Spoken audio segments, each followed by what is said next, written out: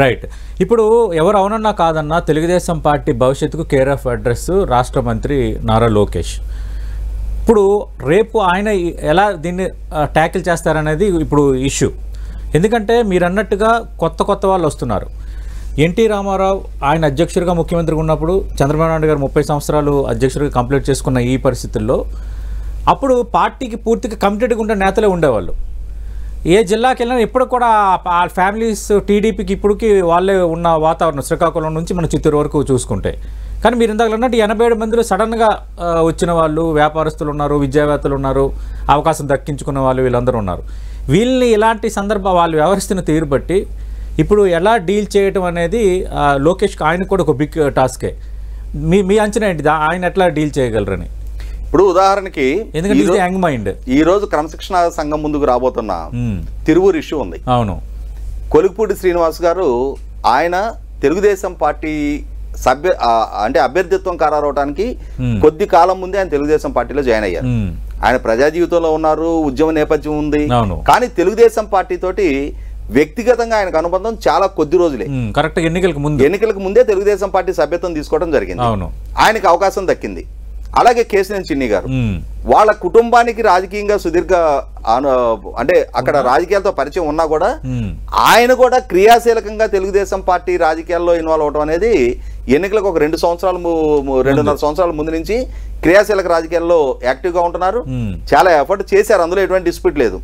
కానీ ఇవాళ ఇటువంటి సంక్షోభ పరిస్థితులు తలెత్తినప్పుడు ఒకసారి పార్టీ అధిష్టానం దృష్టికి తీసుకెళ్లి అక్కడ 4 గోడల మధ్య కూర్చొని పరిష్కరించుకోవాల్సిన ఇష్యూస్ ని ఇవాళ నాయకుల స్థాయిలో ఒక ఎమ్మెల్యే, ఒక ఎంపీ వాళ్లే ఆ విభేదాల గురించి బహిరంగంగా మీడియాలో మాట్లాడుకుంటూ ఇవాళ మీడియాని అడ్రస్ చేస్తూ అక్కడ ఉన్న తిరువూరులో అదే ఓటర్లు ఎంపీ గారికి ఓటేశారు, ఎమ్మెల్యే గారికి ఓట్లేశారు.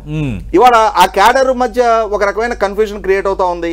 ఇవాళ ఎమ్మెల్యే గారి వర్షన్ కరెక్ట్ అనుకోవాలా, ఎంపీ గారి వర్షన్ కరెక్ట్ అనుకోవాలా అని చెప్పని దాంతో స్థానికంగా 2 గ్రూపులుగా మారిపోతా ఉన్నాయి. ఆ 2 గ్రూపుల పర్యవసానం రేపు అంతిమంగా ఇంకొక ఎన్నిక నాటికి వచ్చేటప్పటికి పార్టీలో అంతర్గతంగా విభేదాలు తలెత్తి నాయకులు స్థాయిలో పరిష్కరించుకోవాల్సిన ఇష్యూస్ ని ఇవాళ రూట్ లెవెల్ వరకు, ఒక గ్రామ బూత్ లెవెల్ వరకు ఆ విభేదాలు కనుక ఇలాగే పెరిగితే మనం 95లో చూసాం.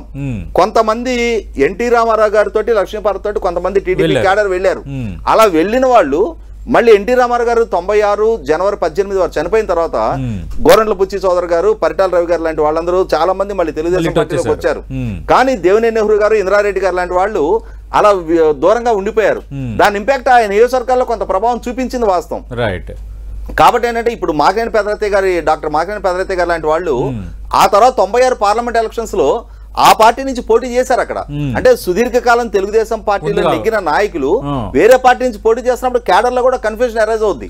అటువంటి పరిస్థితులకి మా ఆస్కారం లేకుండా ఉండాలి అని అంటే ఇటువంటి ఇష్యూస్ ని క్లోజ్డ్ రూమ్ లో వాళ్ళు కూర్చొని అవసరమైతే జిల్లా నాయకత్వము, రాష్ట్ర నాయకత్వం సమక్షంలో కూర్చొని ఇష్యూస్ ని రిజాల్వ్ చేసుకోవాలి.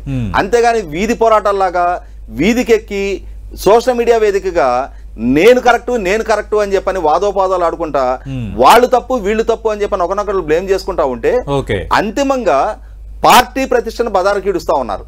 ఇది ఎట్టి పరిస్థితుల్లో కూడా పార్టీ శ్రేణులు దాన్ని రిసీవ్ చేసుకోరు. అటువంటి వైఖరి ప్రదర్శించిన నాయకులను ఓన్ కూడా చేసుకోరు. నేను చాలా ఖచ్చితంగా చెప్తా. నేను ఇందాక చెప్పాను కదా, పార్టీయే సుప్రీం అనుకునే క్యాడర్ టీడీపీ క్యాడర్.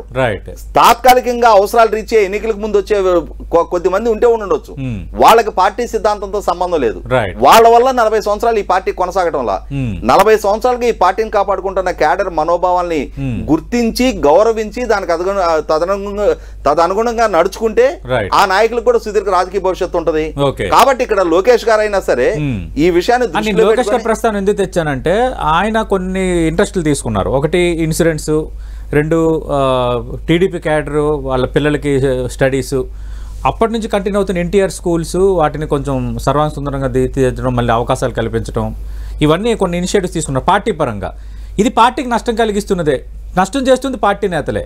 అందుకు ఇప్పుడు ఫ్యూచర్ బండి నడిపించాల్సింది అతను కాబట్టి అతను ప్లాన్ ఆఫ్ యాక్షన్ ఎలా ఉంటుందని ఈ అనుభవాల రీత్యా ఇప్పుడు ఎలా అయితే చంద్రబాబు నాయుడు గారు నేను అభ్యర్థిత్వాలు ఖరారు చేసి తప్పు చేశానేమోనని చెప్పని పశ్చాత్తాపడతా ఉన్నారో ఆ పశ్చాత్తాపం వ్యక్తం చేసే పరిస్థితులు, పరిణామాలు మరొకసారి జరగకుండా రేపటి రోజున రాబోయే ఎన్నికల నాటికైనా సరే అభ్యర్థుల ఎంపిక విషయంలో కొంచెం ముందస్తుగా కసరత్తు బిగిన్ చేసుకొని ఎవరు పార్టీకి లాయల్గా ఉంటారు, పార్టీ సిద్ధాంత బలంతో కార్యకర్తల మనోభావాలకు అనుగుణంగా కార్యకర్తలతోటి మమేకం అవ్వగలిగే వ్యక్తిత్వం ఉన్న నాయకులను మొట్టమొదటి ఎంపిక చేసుకోవడానికి ప్రాధాన్యత ఇవ్వాలి. ఇంత పెద్ద అనుభవం ఉన్న పార్టీ, ఇన్ని సంవత్సరాల సుదీర్ఘ ప్రస్థానం ఉన్న పార్టీ ఆ మాత్రం కసరత్తు చేసుకోలేదని చెప్పని నేను అనుకోను. ఫైనల్గా మరి ఈరోజు తిరువురు పంచాయతీ తీరుతుందా లేదంటే తిరువురు తిరణాలు అన్నట్టుగా కంటిన్యూ అవుతుందా? అంటే ఇవాళ క్రమశిక్షణ సంఘం దగ్గరకు వచ్చినప్పుడు కనీసం ఇప్పటికైనా సరే నాయకులుగా ఇప్పటి వరకు జరిగిన ఈ అంశాల పట్ల ఈ ఎపిసోడ్ తో పార్టీ క్యాడర్ కి పార్టీ నేతలకి ఒక గట్టి సిగ్నల్ అయితే పోతుందా ఈరోజు ఈ తిరువురు పంచాయతీ ఆ నిర్ణయాల పైన? అదే అంటున్నా, ఇవాళ క్రమశిక్షణ సంఘం ముందు హాజరైన ఇరువురు నాయకులు కూడా వారి వ్యక్తిగత అహాని కన్నా కూడా పార్టీ ఇంట్రెస్ట్ దృష్టిలో పెట్టుకొని కార్యకర్తల మనోభావాన్ని, నాయకత్వ మనోభావాన్ని దృష్టిలో పెట్టుకొని వాళ్ళు స్పందిస్తే ఇష్యూ క్లోజ్డ్ రూమ్ లో రిజాల్వ్ అవుద్ది. లేదు వాళ్ళ వ్యక్తిగత ఆహాలకే ప్రాధాన్యత ఇస్తే 100% పార్టీ పరంగా కఠిన చర్యలే ఉంటాయి. ఆ కఠిన చర్యలు అనేది మీరు చెప్పినట్టుగా మిగిలిన వాళ్ళకు కూడా ఒక బలమైన సంకేతం ఇచ్చే దిశగానే ఉంటాయి.